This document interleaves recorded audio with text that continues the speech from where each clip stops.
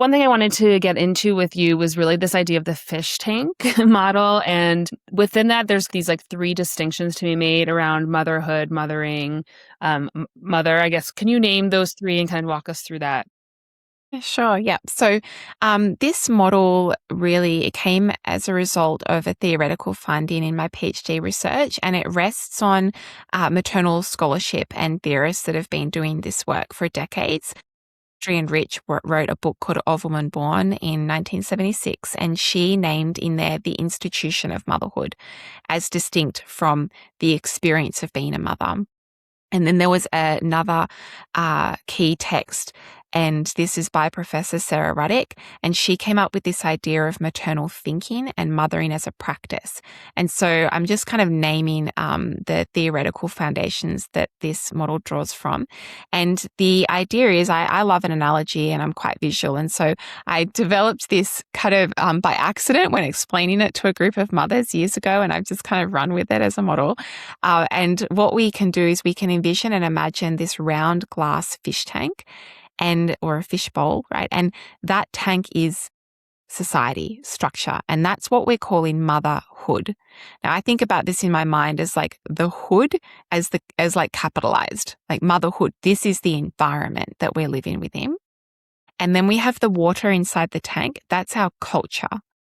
So that is what, as fish, as the people, the mothers within the tank, that's what we're swimming around in. That's what we're absorbing. And often we don't know necessarily that we're in it explicitly until it's pointed out to us. It's something that we're absorbing, that we're moving through, and we've been born into it from the beginning. And it looks clear, but it's not. It's flavored in a particular way. And so if we look at this, we've got this tank, we've got the water inside, we've got the fish swimming around. Those are us as mothers, and actually everyone in society are in the tank. But what is written on the tank are a bunch of rules and expectations about what it means to be a good mum.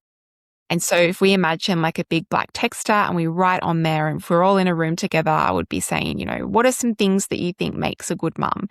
And we would be able to pull out a bunch of things like, well, she always puts her kids first. But in this day and age, she's not just a mum. She has a flourishing career, but she never puts work before her kids. But she also has a certain number of kids and she's a certain age and she looks a particular way. So she doesn't have only one, because that would be selfish or depriving her one child of a sibling. But then she doesn't have too many, because why would you have 5 children? What are you thinking?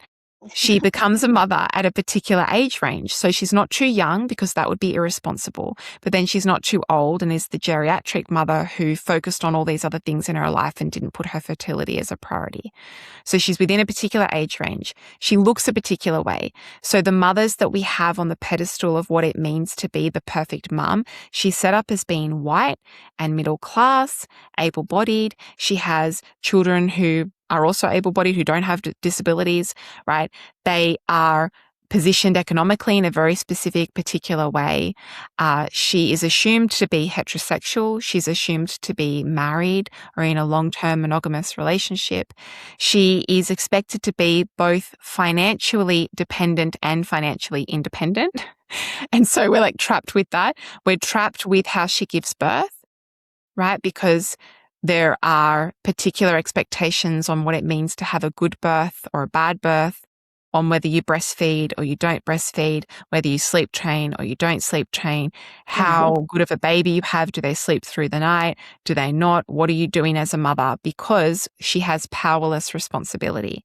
So this is a term that came from Adrienne Rich in her book Of Woman Born. And what it means is that we have all of the responsibility, but we don't have the social capital and power to draw on to actually enact what it is we're expected to do.